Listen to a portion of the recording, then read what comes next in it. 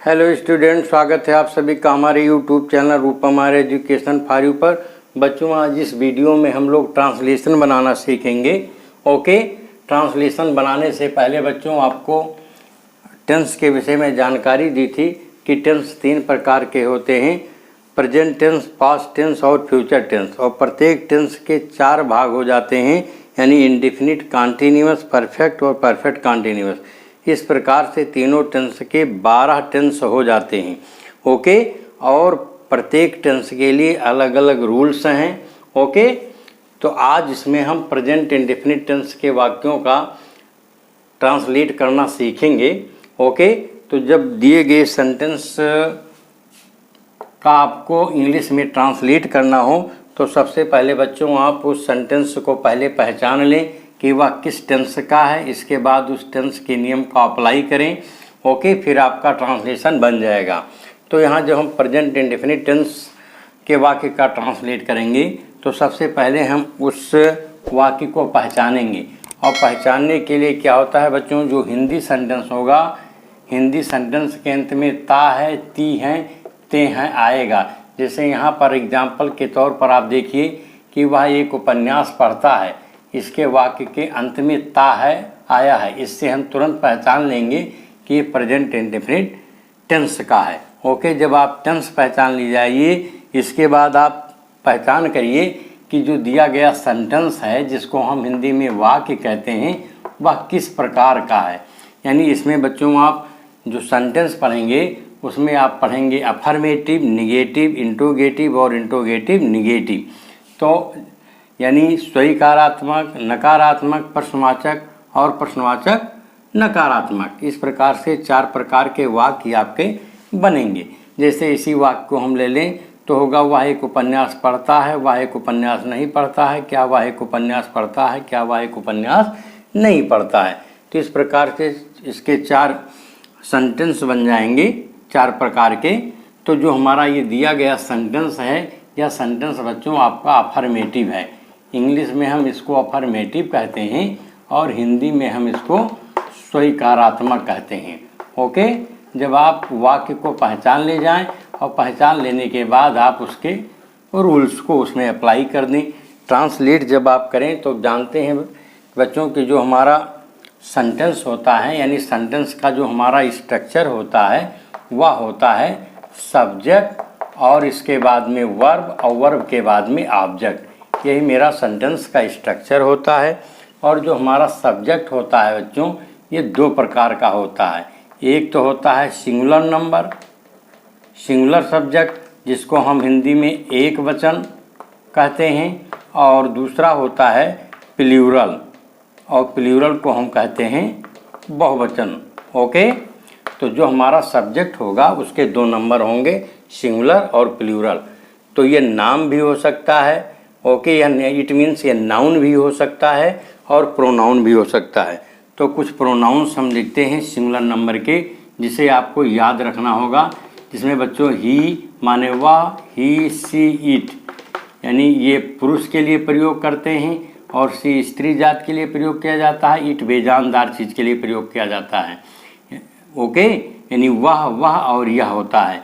और इसके साथ में किसी का अगर नाम है, ओके, तो वह भी एक वचन में ही माना जाता है। तो इस प्रकार से बच्चों ही, सी, इट या राम, सीता, ये सिंगुलर सब्जेक्ट होगा जो प्रोनाउन का है। और इसी के साथ अगर आपको प्लूरल लिखना हो, प्लूरल सब्जेक्ट, तो इसमें आई, बी, यू, दे, और इसके साथ में प्लूरल नाउन आ जाते हैं, जैसे बॉयज हो गया और गर्ल्स हो गया। ये आपके प्लूरल सब्जेक्ट हो गए। ओके, यानी ये सिंगुलर सब्जेक्ट हो तो सिंगुलर वर्ब लगाइए, प्लूरल सब्जेक्ट हो तो प्लूरल वर्ब लगाइए। ओके बच्चों, और आपको एक ध्यान देने योग्य चीज़ है कि बच्चों जो इंग्लिश में क्रिया शब्द होता है, जैसे यहाँ पर मैंने रीड्स लिखा है, तो बच्चों ये रीड एक क्रिया शब्द है। ओके, और जब क्रिया शब्द को हमें एक वचन बनाना होता है तो उसमें हम यस या ई यस जैसी आवश्यकता हो उस अनुसार हम इसमें जोड़ देते हैं। लेकिन जब किसी संज्ञा में हम यस या ई यस जोड़ देते हैं तब वह बहुवचन हो जाता है, किंतु यदि किसी वर्ब में हम एस या ई एस जोड़ते हैं तो वह हमारा एक वचन हो जाता है। यानी अगर सब्जेक्ट एक वचन है तो क्रिया में हम एस या ई एस लगाएंगे। तो यहाँ पर बच्चों देखें आप कि वह एक उपन्यास पढ़ता है, तो इसको अगर हम देखें तो यह हमारा एक वचन है। ओके, यहाँ पर आप देखिए ये सिंगुलर नंबर में है, तो ही हो गया एक वचन, और सब्जेक्ट हो गया ही के बाद में वर्ब लिखा जाता है। वर्ब मीन्स क्रिया, यानी क्रिया उसे कहते हैं जिससे कार्य का होना पाया जाए। तो पढ़ता है, इसमें वर्ब हो गया। अब यहाँ पर जो वर्ब मेरा होता है वो अपने जो ओरिजिनल फॉर्म है, यानी जिसको हम असली रूप कहते हैं, वह सदैव बहुवचन होता है। यानी जो रीड है ये बहुवचन में है, जबकि मेरी जो सब्जेक्ट है मेरा यह एक वचन है। तो हम क्या करेंगे, इस वर्ब को भी एक वचन बना लेंगे।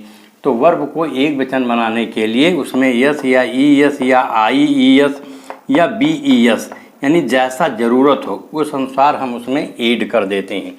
तो क्या किया मैंने, रीड था, रीड में यस जोड़ दिया तो रीड्स हो गया। रीड्स एक वचन का हो गया, तो मेरा एक वचन का सब्जेक्ट हो गया और एक वचन का वर्ब हो गया। और इसके बाद हम ए नॉवेल, जिसको हम ऑब्जेक्ट कहते हैं, ऑब्जेक्ट लिखते हैं। ओके, तो इस प्रकार से वह एक उपन्यास पढ़ता है, यह एक अफर्मेटिव सेंटेंस है और इसका ट्रांसलेशन होगा ही रीड से नॉवेल। इसी तरह से हम सेकंड सेंटेंस पर आते हैं, हम अपना पाठ याद करते हैं।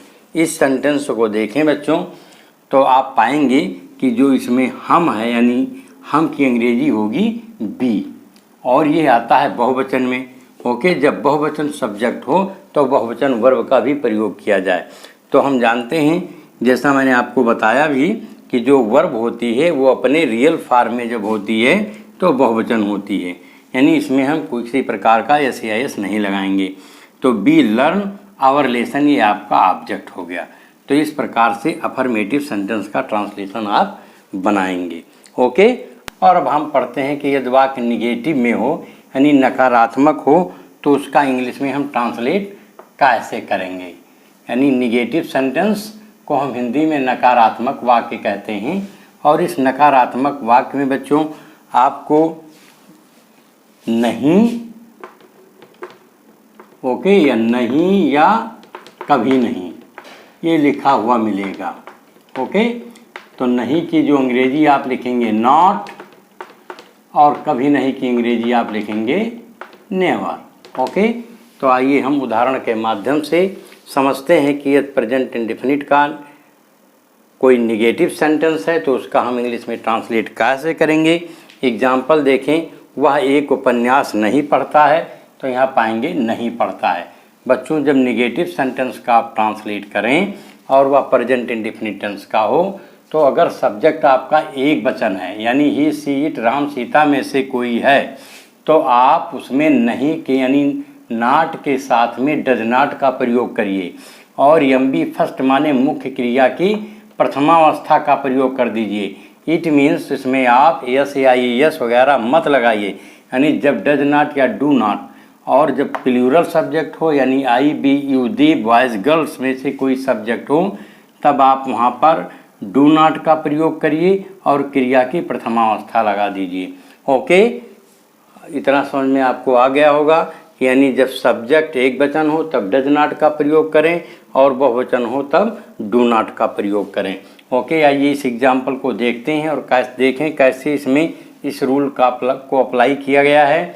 जैसे वह एक उपन्यास नहीं पढ़ता है, यहाँ पर देखिए, तो वह आपका सब्जेक्ट है और एक वचन है।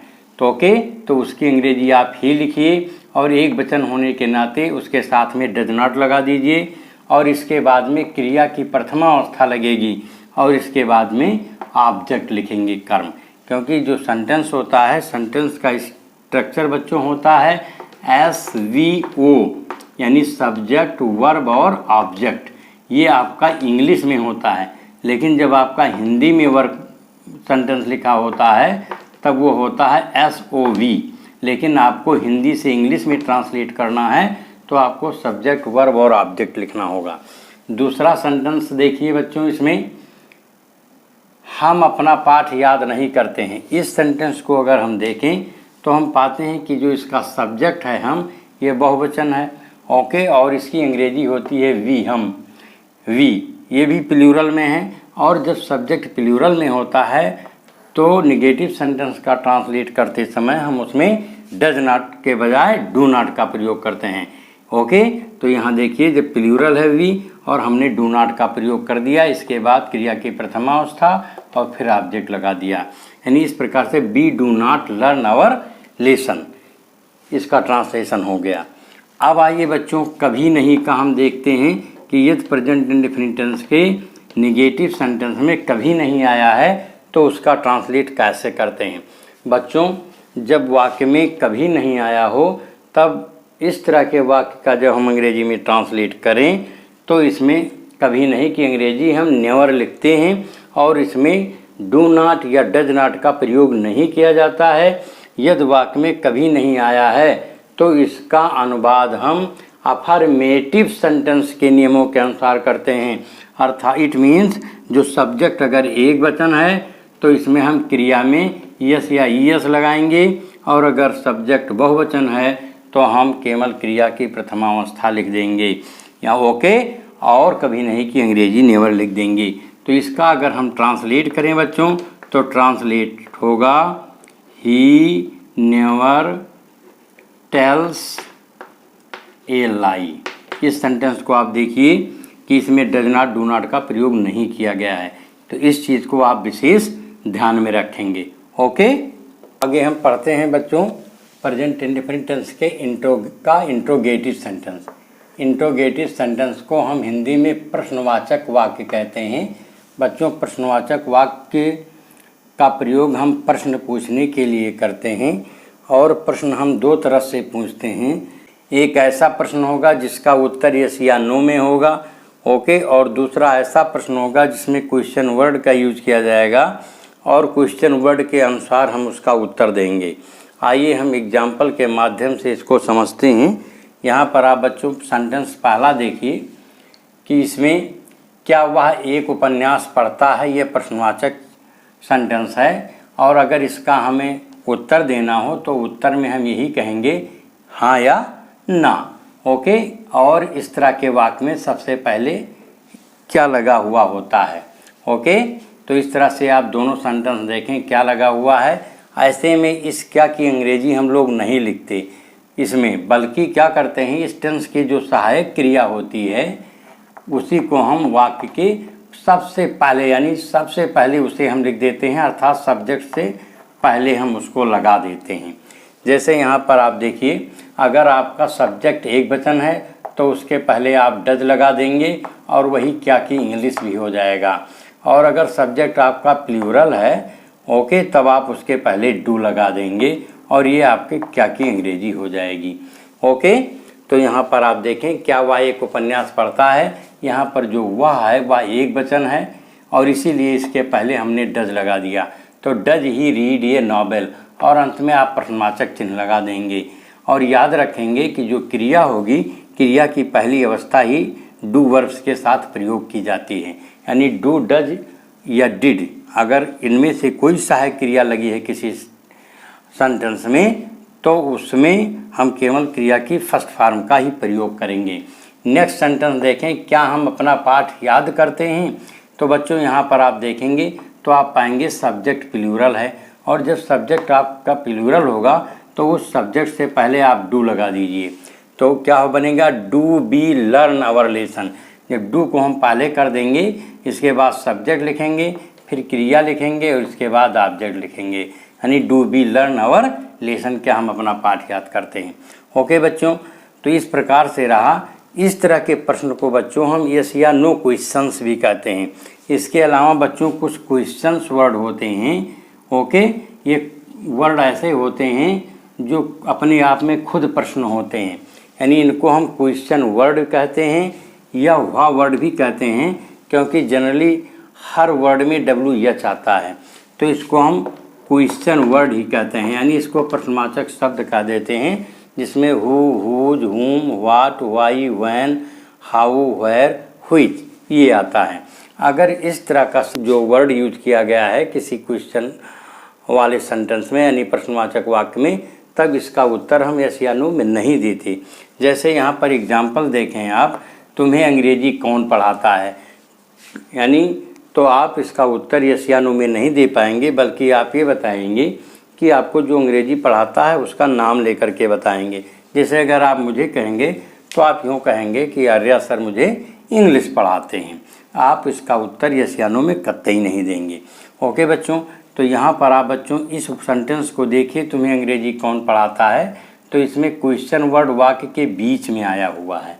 ओके, जब क्वेश्चन वर्ड वाक्य के बीच में आता है तो बच्चों जब इसका हम ट्रांसलेट करते हैं तो उस क्वेश्चन वर्ड की अंग्रेजी वाक्य में सबसे पहले लिख देते हैं।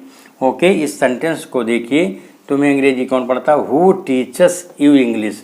बच्चों इस सेंटेंस को आप और विशेष ध्यान दीजिए कि इसमें सब्जेक्ट कौन है, कार्य करने वाला कौन है, उसका ज्ञान नहीं है, उसका पता नहीं है। जब वाक्य में सब्जेक्ट का ज्ञान ना हो, ओके, और वाक्य प्रश्नवाचक हो और प्रेजेंट इंडेफिनिट टेंस का हो, तब उसका जो अनुवाद हम करते हैं वह अफर्मेटिव नियमों के अनुसार करते हैं। अर्थात अगर उसका जो एक्सपेक्टेड सब्जेक्ट है वह अगर एक वचन है तो क्रिया में एस ई आई एस लगाएंगे, और अगर उसका एक्सपेक्टेड आंसर आपका प्लूरल में आता है तो हम एम बी फर्स्ट लगाएंगे।